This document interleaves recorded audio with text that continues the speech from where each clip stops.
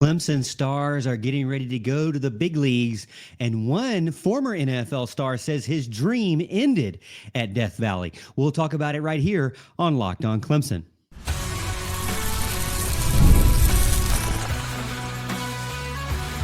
You are Locked On Clemson, your daily podcast on the Clemson Tigers. Part of the Locked On Podcast Network, your team every day. What's up, Tiger fans? Morgan Thomas here, Clemson fan, Clemson grad, host and producer of this show, and part-time host and producer over on 105.5 FM The Roar. You can check me out there tomorrow morning on the Mickey Plyler Show every Thursday morning from 6 a.m. to 9 a.m. And thank you so much for making Locked On Clemson your first listen every day. We're part of the Locked On Podcast Network, your team every day. And if you're new to the show, be sure to hit that like and subscribe button so you never miss an episode. And you know how we do it here on Locked On. Exclusive Clemson content Monday through Friday, every single week. And don't forget to follow me in between episodes over on X at the Morgan T Show. You can see it down there on the screen where we talk about all things Clemson whenever and however you want. Today's episode is brought to you by Monarch Money. Take control of your finances with Monarch Money. Use code LOCKEDONCOLLEGE at monarchmoney.com for 50% off your first year. Coming up on today's show, we'll talk about that one play from 2029 in a Clemson game that changed NFL players' history.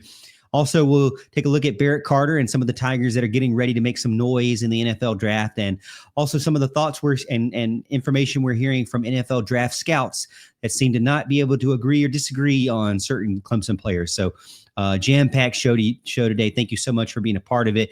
If you haven't already, again, hit that like and subscribe button. If you like the video, we really appreciate it. You know how the algorithm works. All right, so let's start off with Clemson being the career killer, destroying a player's career. And I was kind of interested to see where this is coming from. This kind of came from left field. You know, it kind of seems like a little bit bitterness after all the things. And it really shows just how difficult it was for him to recover from that injury. Christian Ponder, if you remember, November 2009, in Memorial Stadium, Death Valley, 81,000 fans in attendance, Clemson versus Florida State. Clemson and Florida State weren't really two very good teams at that time, but they were, the clash of the Titans there with Bobby Bowden at FSU and Dabo Swinney, as a brand new coach, kind of getting his footing there. Florida State came out to an early lead in the second quarter, and then, Christian Ponder completed 12 of 18 passes for 140 yards and a touchdown. Clemson's defense was anchored by the man that ended up, kind of hurting Christian Ponder at the end. But DeAndre McDaniel, safety, and linebacker Cavell Connor, they were just relentless with their pressure that entire game. The turning point really was Clemson scored 34 points in the second half, capitalizing on Christian Ponder's 4 interceptions to win 40-24 overall and clinching a spot in, eventually going to the ACC championship game to lose to Georgia Tech, which was like a monster. If you remember that, it was a monster game from CJ Spiller. But the biggest thing was that fateful night with Christian Ponder talks about how in the fourth quarter, kind of mid fourth quarter, on his 4th interception, he was picked off by none other than DeAndre McDaniel, who's actually a coach on the team now for Clemson. And as McDaniel was headed towards basically a pick 6 touchdown, Ponder admits that he was very frustrated. He had a lot of pride that kind of swelled up inside, and he chased down, a 235-pound safety, attempting to tackle him as a quarterback. He landed awkwardly, and he had a 3rd-degree AC joint separation in his right shoulder, which was his throwing shoulder, which immediately required season-ending surgery. So he recently reflected on a podcast called the Post Game Podcast, and he said that last interception was going to be a pick 6 unless he tackled the guy, and he tried to hit him as hard as he could, but he ended up hurting himself and ending his own season. He said that he really trusted his arm until after that injury, and he just never felt the same. He missed FSU's final 4 games. He came back, I believe, the next season and did well. 20 touchdowns, 7 interceptions, but he just never felt like he was the same. He ended up getting into the NFL and moving on. He was drafted by the Minnesota Vikings in 2011. Pick of above a guy like Andy Dalton was kind of a little bit controversial, but Donovan McNabb was there, was going to mentor him. His rookie season, 13 touchdowns, 13 interceptions, showed a little bit of promise here and there, but never really could keep his play consistently enough to keep his job in the NFL. I guess some people would probably say, considering he was a high draft pick, that he would be a bust. I hadn't really thought about him, to be honest with you, since that game. As a fan, I remember vividly that happening. I was watching it on TV. I remember seeing DeAndre McDaniel getting that interception and thinking he was going to have a pick 6, and thinking. I remember if you've seen the pictures of it, DeAndre McDaniel pointed at Christian Ponder almost as if like in awe that this guy was going to try to take him on, and he lowered his shoulder and McDaniel lowered his shoulder, and obviously it didn't work out for Ponder. And you don't want anybody to be injured seriously. I don't take it that serious where I ever like cheer for someone being injured, but I did cheer for him getting, laid the smackdown, if you will, in that play. I never really thought about it being something that kind of ruined him in the NFL. Maybe it was something that he's holding on to and he needs to move on from. I don't know, but I think I can understand where he's coming from. I tore my ACL, and whether or not they try to tell you, the medicine we have, the surgery techniques we do now, you're going to be back and even better than you were before. I don't believe that, because I lived that. I was told your knee is going to be better than it was before the injury.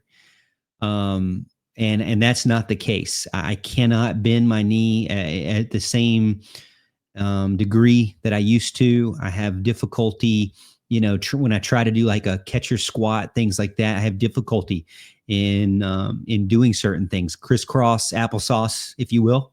I have difficulty doing that. So the range of motion is just not there. So I can really sympathize with Christian Ponder here, because when he says that his arm was just never the same, I never really thought about it, but it makes sense. Really, it symbolizes how, sometimes giving your all maybe isn't always the best, especially if you're a quarterback. And I've said that with Cade Klubnik a little bit. Like, I know, what was it, 2 seasons ago, we used to joke that he was the leading tackler on the team because he was the leading turnover artist, because he would throw in the interceptions, but then he would go tackle the guy. And he was pretty fast doing it too, but running down that guy at Duke was pretty awesome. But then again, it's like, you really don't want your quarterback to ever be in that situation to have to do that. So just kind of interesting, because it's so long ago. You're talking about really before Clemson had gotten underway in their dominance and Dabo Swinney era had really gotten underway. This happened, that it kind of unfortunate that, he looks back and says, one play changed his life, a single moment, really that he wishes he could have back. I think everybody in this world probably has something that they wish they could have had back. Right. I mean, that's not super uncommon. But it is really weird that we'd be talking about it now. What are we talking about? 15, 16 years later, that's what really kind of caused it. And maybe there's a little bit of, victim mentality there, because he did come back. He did play in college. He did have a decent year in college in 2010. Okay. And he did have 2 seasons in 2011 and 2012. And he was highly drafted. So he still had plenty of opportunities to overcome that injury. So I think he probably still would be labeled a bust, even with this notion that it was because of that one play that he shouldn't have done. So if you're a prospective quarterback out there, maybe you want to kind of take a step back and say, live to fight another day, as they usually say. Maybe that's true too. You want to lay it all out on the field. You want to leave everything there, but you're no good for your team, especially if you're the quarterback and there's not a lot of replacements behind you. Really, any star player, any key player on the team, it goes back to you're not any good injured. You're not any help when you're on the bench. You're not any help when you have a boot or a sling, your arm in a sling, So I would say protect yourself, play your heart out. But, especially if you're kind of in a downward spiral, you're already losing a ton and you're throwing 4 interceptions, maybe then it's time. I don't know. Maybe the coaches should have taken him out in earlier. Who knows? But kind of interesting to hear this pop up again 16 years later. I'd love to get your thoughts as well. You can always talk to me over on X at the Morgan T Show, or if you're watching over on YouTube, you can put in the comments. You know how I always get back to you. All right, we're going to come back and we're going to talk about Barrett Carter and Clemson's NFL draft players that are eligible this season and what the buzz is about them for this draft class. Ever check your bank account and wonder, where did all my money go? Between dining out, shopping online, and entertainment, it's easy to lose track. And that's where Monarch Money comes in, your personal CFO, giving you full visibility and control over your finances. Monarch Money isn't just a budgeting app, it's a complete financial command center. You can track all of your accounts, investments, and spending in one place, so you stop just managing your money and start building wealth. When I started using Monarch Money, I've told you about this. I spent a ton of money eating out and food. And now I shop smarter, I save smarter, and I save more. And I budget even better. And also with my wife, we can partner together to make conversations smoother, track our shared accounts, set goals together, stay on the same page so we don't have to have any kind of surprise conversations or any kind of stress. Take control of your finances with Monarch Money. Use code LOCKEDONCollege at monarchmoney.com for 50% off your first year. That's monarchmoney.com, code LOCKEDONCollege for half off your first year.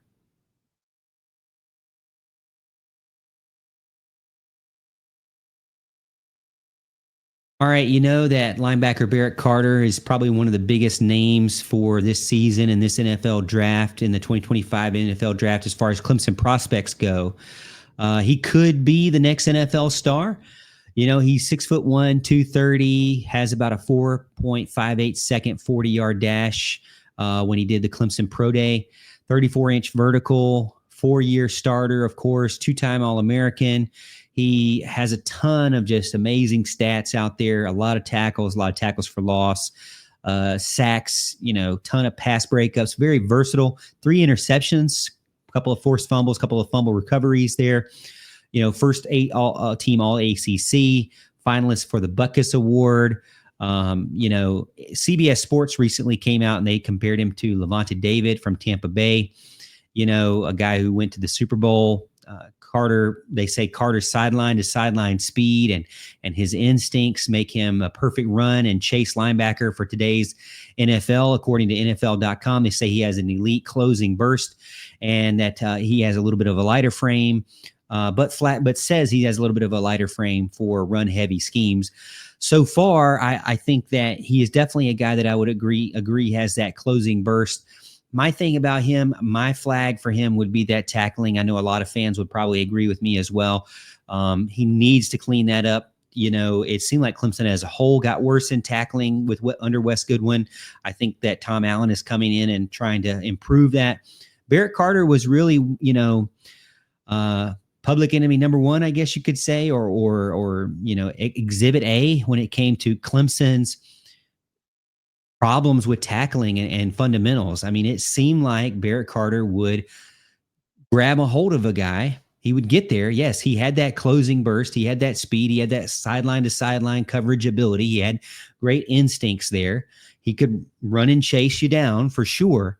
But it seemed like either he was taking bad angles or he was just not able to kind of hang on because he would slip down the offensive player's body to the ground and then not even be able to get him by the shoestrings. So that's my biggest flag for Barrett Carter.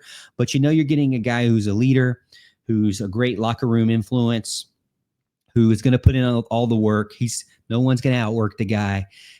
He definitely has that burst and closing speed. I don't see him as being a first-round draft pick by any means. I really don't think I see him as being a second-round draft pick. I would kind of agree with NFL Network's David Jeremiah and maybe even ESPN Mel Kiper Jr., who say he's more of a third-round guy, maybe more of a high fourth-round guy. Some people have him mocked at going to the Giants, the Lions. I think I have a few people in there saying, written down that they say that the Lions. Dabo Swinney recently came out and said, obviously you think the head coach is going to give you the most praise, that he's one of the best pure football players that he's coached in 20 years. I'm not really sure what that means by pure football players. I'm guessing it just means, the raw talent that he still has, or just his overall ability to just really be plug and play in any kind of formation. I think that brings into some pros that you have. He's obviously very smart, again, a leader, and understands what he needs to do at different positions and different kind of schemes. And you don't have to worry about him. You can trust him because he's just a gamer. He's just a ball player, if you will. So I do feel like that he would be a great asset to any NFL team. How much he will contribute, that's really up to him. I'm not going to put any kind of expectations on him, but I do feel like that he has some things he's got to clean up. That's for sure. I think that maybe his younger years were his better years at Clemson. It seemed to kind of get a little bit slower, or maybe it was just the tackling and the angles that he was taking towards the end of his career kind of hurt him, in my opinion, where you'd want to kind of cap it off and have like a contract year in your last year in college. I don't think he really had like a contract year, but that doesn't take away from the type of player he can be and the type of impact he can have, positive impact that he can have on your roster in the NFL. I definitely agree, that he would be an asset there. There are other Clemson players that are trying to make a name for themselves in the NFL and trying to get drafted this NFL draft season. You've got, I think most notably next up would be RJ Mickens, 6 foot, 205, 4.5 second 40-yard dash. He had 229 tackles, 6 interceptions, 12 pass breakups in 56 games. He's a pedigree, right? He's got the ex-NFL, his dad, ex-NFL cornerback Ray Mickens. It seems like probably looking at maybe a 6th round for him. So these are the best 2 guys I think Clemson is bringing to the table. No first rounders, no second rounders, in my opinion. You're looking at 3rd round and beyond. So the first couple of nights for the NFL draft, not going to be super exciting for us as Clemson fans, but these guys definitely deserve a chance to play on Sundays.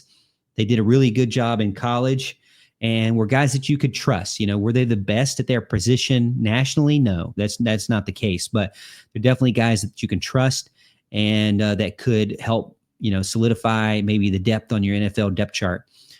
I think that, to me, RJ Mickens is a much better tackler.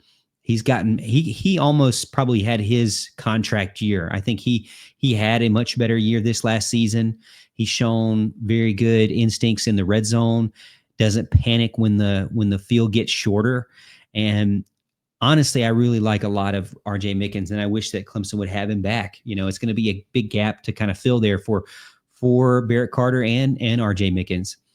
Next up is Jake Brenningstool. I think a lot of people would probably agree that Jake Brenningstool is that guy that underachieved, whether it was his fault or whether it was the playbook or the quarterback's fault. I don't know if we'll ever really know that, but 6'6", 240, and had 1,609 yards, 17 touchdowns in 48 games. I know that stat line would be good for a lot of players around. And he's projected probably a 6th round draft pick along there with Mickens. And he has great catch radius. But to me, I don't really know what you're getting with him. I don't know if he's really willing to block for you. So if he's not willing to block for you in the college world, is he willing to block for you in the NFL? I'm worried about that. I'm also thinking that there is some untapped potential there too, because of all the kind of, mix and match that we had with Clemson, with changing offensive coordinators, and then, Cade Klubnik going through his growing pains that he was having, and just not really having any kind of dependable player to go to. And then Jake Brenningstool, I know a lot of Clemson fans probably want me to mention this, but when you look back at the passing charts and the drops, he would go through spells where he would have a lot of drops, and he would be open in the middle of the field and just would not be able to bring the ball down. So bring the ball in, rather. So that's another guy on the list. I think Peyton Page is a guy that's on the list. Another guy kind of fits that measurables, but I don't really know. He's definitely a run stuffer. That's probably what he'll be. That's what Clemson used him as. I think if you look at his snap percentage, that's really kind of where he filled his role. And then Marcus Tate was another guy, kind of riddled with the injuries towards the end of his season, but another good, highly graded, according to PFF, like run blocker. So definitely guys that are decent, but really this draft class is kind of, to me, solidified from Clemson's standpoint of depth, players that can help out your NFL depth. And Clemson is adding into the pipeline to get to the NFL. I'd like to see Clemson get back to a point where they're having first-round draft picks, and I think they have a few on this roster right now that are pushing towards that. So whether we'll get a number one overall ever again, like a Trevor Lawrence side, that's going to be hard. But I think it is reasonable to think that some of these guys that are on the team right now could push themselves into a high or mid draft pick in the first round of the NFL for 2026 or 2027. So pretty cool to see. The NFL draft is April 24th to the 26th, Green Bay. You've got, all Thursday, all Friday. It's going to be a ton and throughout the weekend. So really, really cool and excited to see who's going to get their name called first. I do think Barrett Carter's probably first, and RJ Mickens, kind of how I listed him out. And, kind of that's how I'm thinking things will go for this one. All right, we're going to finish up with some final thoughts on the NFL draft and put a bow on it, and we'll come back to you and, finish out the show.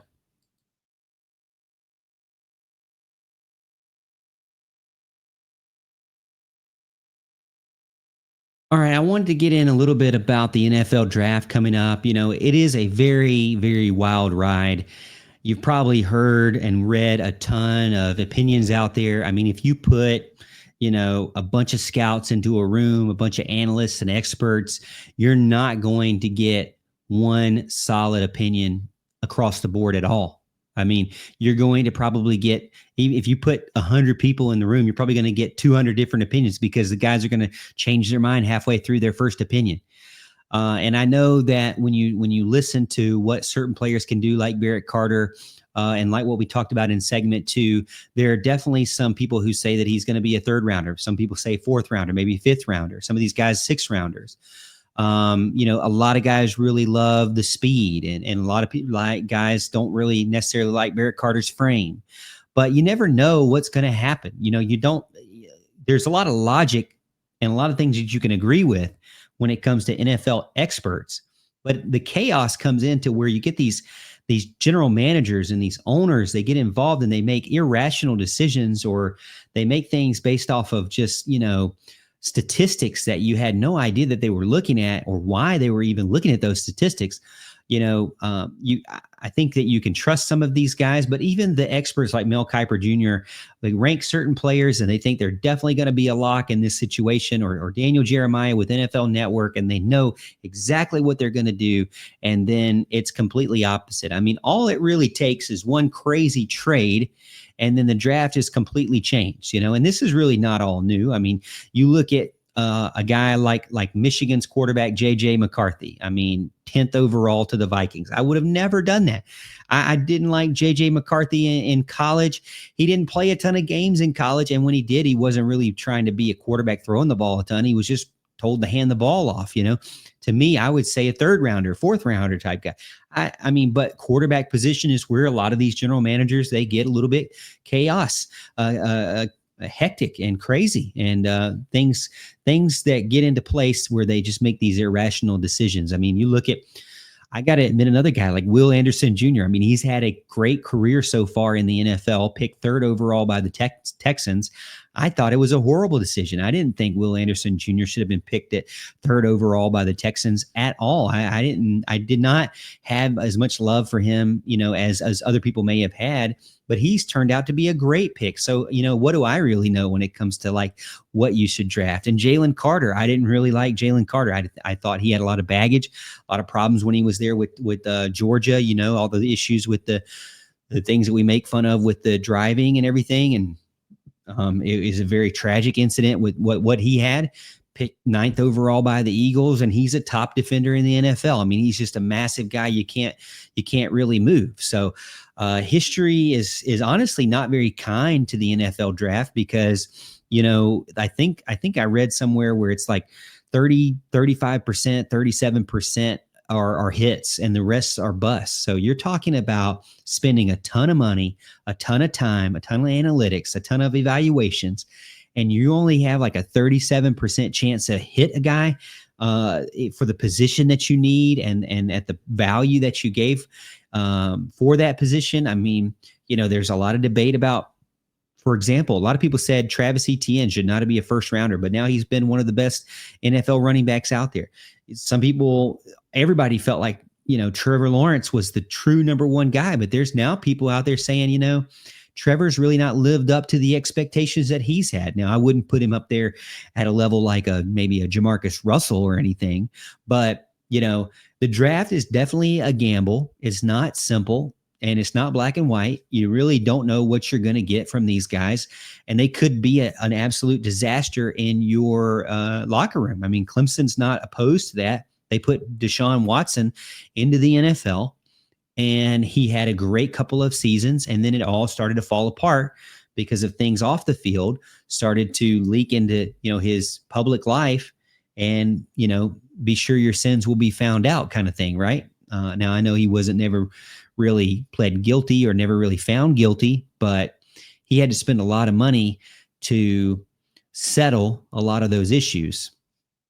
Take it for what it is. Now he's in Cleveland and made a lot of money in Cleveland, and they feel like that's a huge bust there too. And this is a guy who was seen as like a playoff magician in Deshaun Watson. This was like a guy who was, to me, on top of the world and kind of growing to a point where he could be one of the best quarterbacks in the country, in the world, really.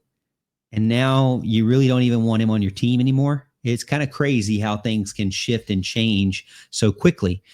And it changes year to year too, because disagreements that we're seeing now, a lot of scouts extremely value speed.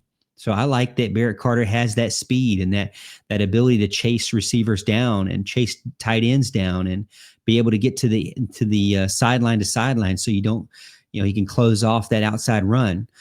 To me, somewhere like Detroit, who needs a guy like that, would be really good. A linebacker to kind of help their pass defense, because in the NFL and in the NFC North where they're at, they're struggling. They've been struggling. The offense really hadn't been the problem. It's been the defense. But maybe they're looking to go for a safety instead of a linebacker. So it's really hard to know what the general manager really wants to do. If you are someone who has that 4-3 defense already, I think that you got to like what Barrett Carter does to the outside there, or maybe even a 3-4. I think that he's a guy who's definitely can contribute and rotate in to the starting lineup. He may not be initially a first starter, a day one starter for any NFL team, but he is a puzzle piece that can fit in and help develop and grow your team from a depth perspective, and maybe even get an opportunity later on, as he gets more acclimated to the NFL. My biggest worry, as I've already mentioned, is just the tackling ability and the angles that he takes. But experts are still undecided about Barrett Carter, just like they were undecided about many other players as well. So I think it's very fun and exciting to kind of talk about and speculate what Clemson can do, what Clemson players can do in the NFL draft.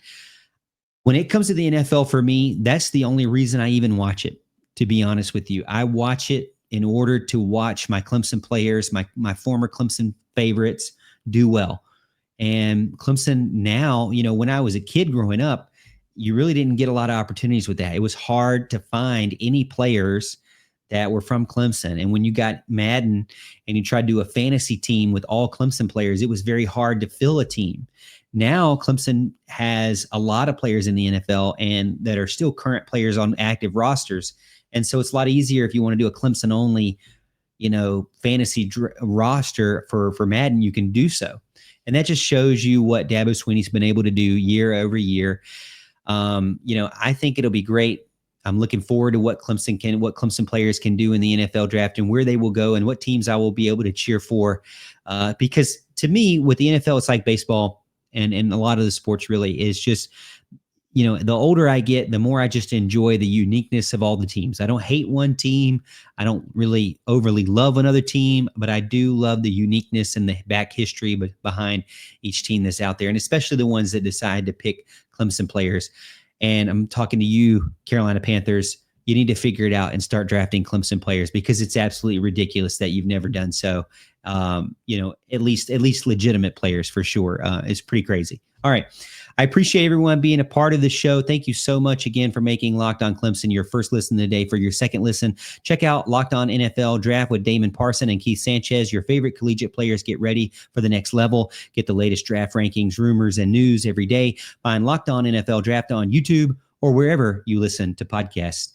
And as always, Tiger fans, we'll see you at the top of the hill.